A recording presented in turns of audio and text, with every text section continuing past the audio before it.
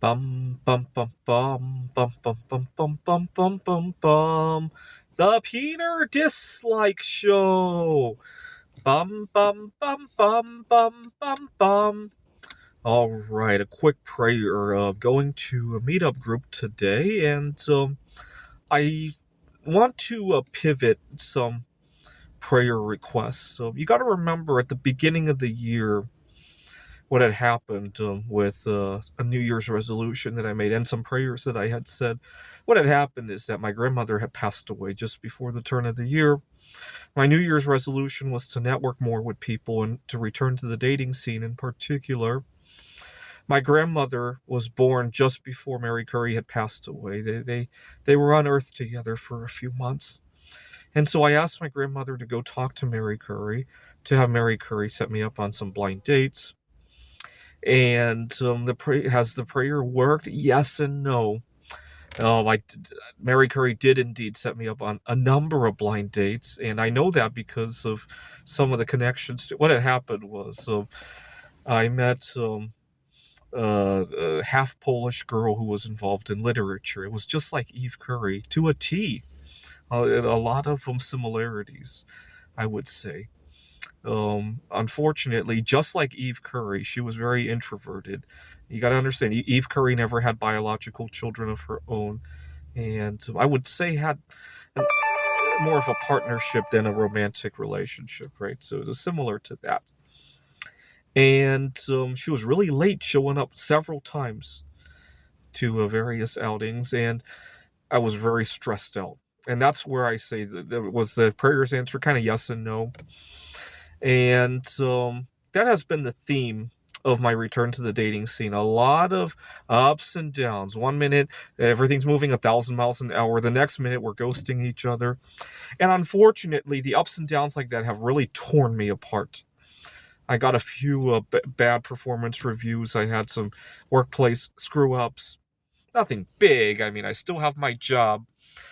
My most notable example was that every semester, I teach at a community college. Every semester, our chairperson comes to observe a class, and she had asked me what would be the best one for her to observe. Obviously, she needs to find out what I'm doing, so that I'm not doing an exam or something like that. And I scheduled it as early as possible. I told her, I want to get some feedback from that so that I can use it. So I scheduled it early. And then I forgot the date of the. I was literally eating lunch in the break room when my chairperson came by and said, "Are you ready for today?" I'm like, "Oh fuck!" And I don't know if she saw the expression I had on my face, but I was so consumed by I was talking to a girl in Houston, and we had been making arrangements and all that, and the ups and downs. And unfortunately, that has been the theme of my life the last couple of months. The girl, the Eve Curry girl, she was so late showing up one day that I decided to read a little bit about the real Eve Curry. And that's when I discovered that Mary Curry had a granddaughter that's still alive, very active, and had a university email address. And I decided to email her and had some great conversations, and she got really fascinated with my Lego art project. I was a little surprised she would be fascinated by that. But my coworker warned me that, she might be misremembering me for somebody else in her life because of how old she is.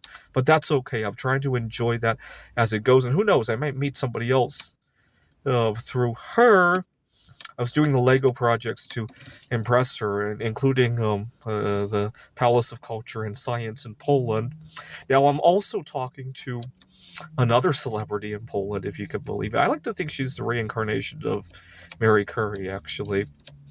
And it's still ongoing, so I hate to talk too much about that. But the Lego project and the fact that I talked to Mary Curie's granddaughter put our conversation in a much higher gear. And again, the ups and downs, ups and downs, ups and downs have really destroyed everything else. Give you an idea, I got a paper that's accepted to a conference in Taiwan. I can't even think straight about that anymore. And then there's the girl in Taiwan, obviously. I don't know what to do. I got my wish, but I kind of backtracked in my career. And it doesn't help that my other art project got completely appended by Donald Trump and his tariff situation, right? It doesn't help that it's just, well, I guess that's part of the reason why I even got back to the dating scene, right? I was so last year before the tariffs, I was so lost with the art projects, right? So it's a weird combination of situations. I want to leave the Phoenix area though. I think Phoenix has lost its way with a sense of community. I'm running into a little bit of a bind right now. I don't know if any of my viewers has a blind spot, something where you always make the same mistake over and over and over again. Every time I turn over my car keys, I forget to remove the other keys from the chain. I don't know why. I can repeat that mistake a million times. I almost lost my mailbox key last time as well when I traded in my Mitsubishi Lancer for the Kia. Right, and then I lost it again this time. One time, I went to get my car. I went to get an oil change. That time, I did remember to remove the keys, but now that my mailbox key was the mailbox that I wanted to go to was just a mile away from the oil change place. I walked there, and then I lost the mailbox key because I was so unused to the key being off the chain, and long story short, I emailed the people there, and you would think somebody who's taking a car in for donations would notice something like that, but we just don't have that sense of community here in the United States, right? I can't imagine something like that happening where somebody is just absent-minded, doesn't pay attention in Taiwan. I actually, I almost lost my laptop when I was taking the subway in Taiwan, and I found it. Good luck finding a laptop. If you lose a laptop in like the New York subway, good luck, right? And we just don't have a sense of community here in Arizona.